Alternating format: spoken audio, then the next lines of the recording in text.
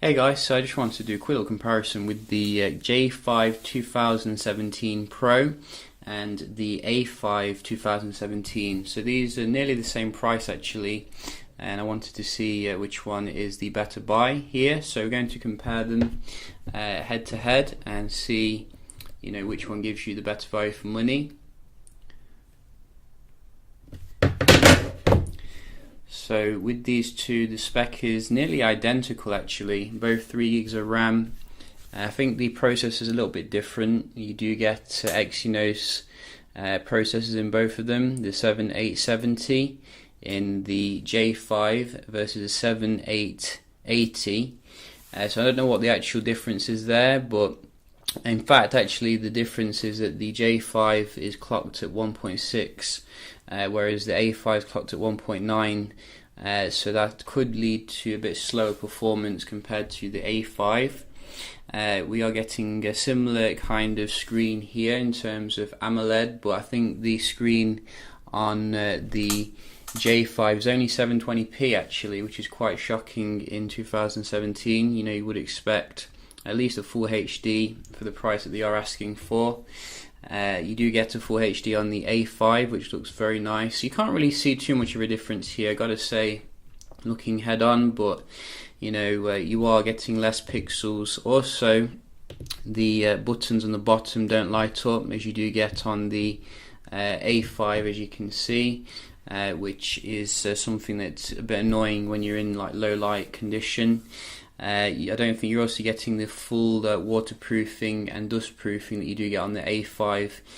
So is there any reason to buy the J5 Pro? We're going to have a look, just compare the speed day to day.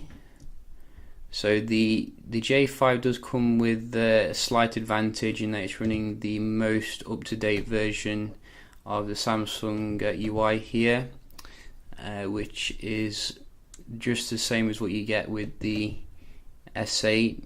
So you do swipe up for the app drawer, which is nice. Gotta say, it's good that Samsung's at last keeping its phones quite consistent in terms of software.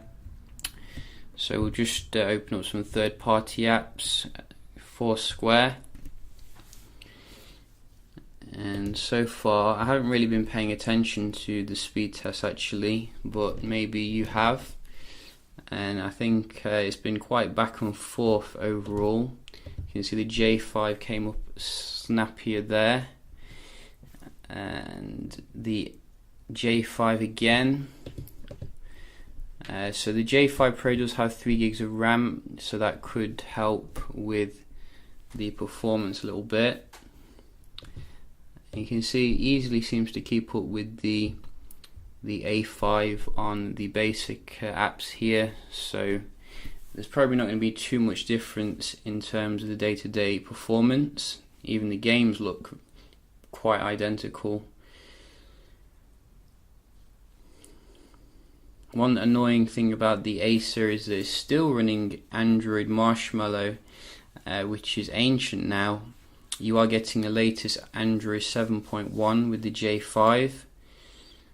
Whether it will get Android O remains to be seen, highly unlikely this century. But you can see A5 for the game here. Let's just try another one.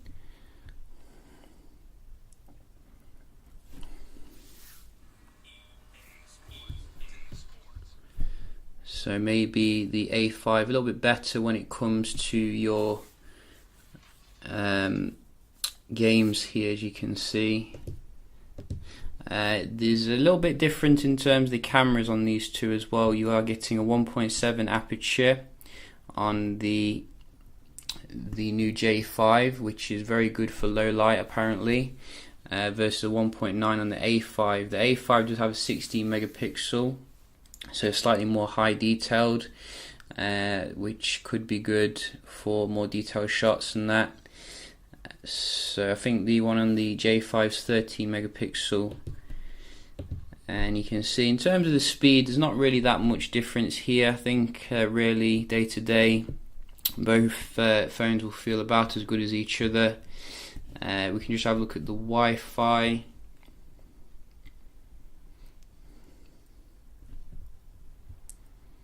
So you can see both on the same. You just start with the A5.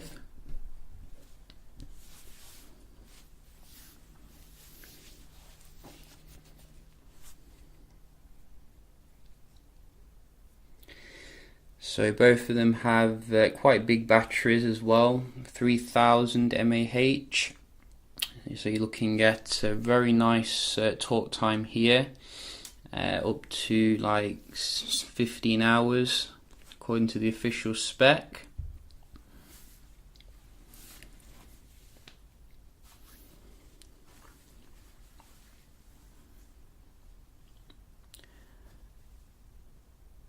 So quite similar performance here for your Wi-Fi. Again, maybe it's the processors, not too much difference here between them. I think the J5 does support dual SIM. I did see the Duos symbol at the back, which is something quite useful. We can just have a look at the real web page load here. So let's just try. What can we try? Yahoo. So maybe the A5 there.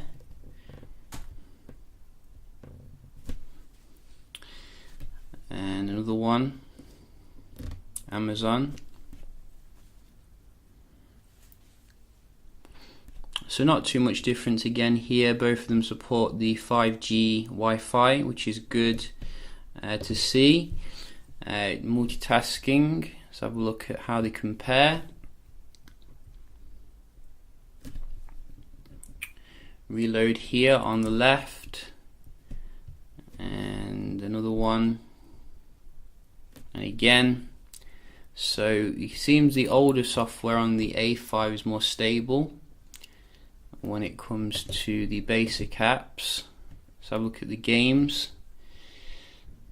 So let's try this one.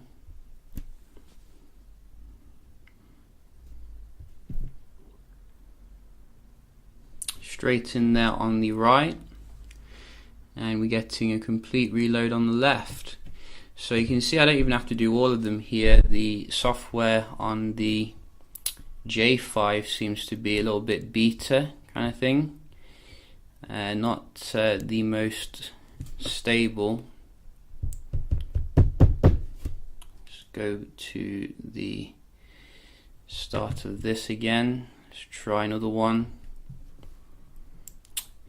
So yeah, you can see here at the moment the J5 very disappointing when it comes to the multitasking component. So to me, if you're looking at these two, I can't really see a single reason why you'd get the J5 Pro over the A5 when you consider how many advantages the A5 does have. Also, there's the old type of USB connector down here still, which is a little bit frustrating, to see. So yeah, that's how I think really in regards to this device. It's quite a nice device in the hand, but the J5 I think is better as a budget phone. So there's no real need for a J5 Pro, but I bought it anyway to check it out, and I'll do some more comparisons with it. So yeah, just a quick video here, and yeah, I'll see you in the next one.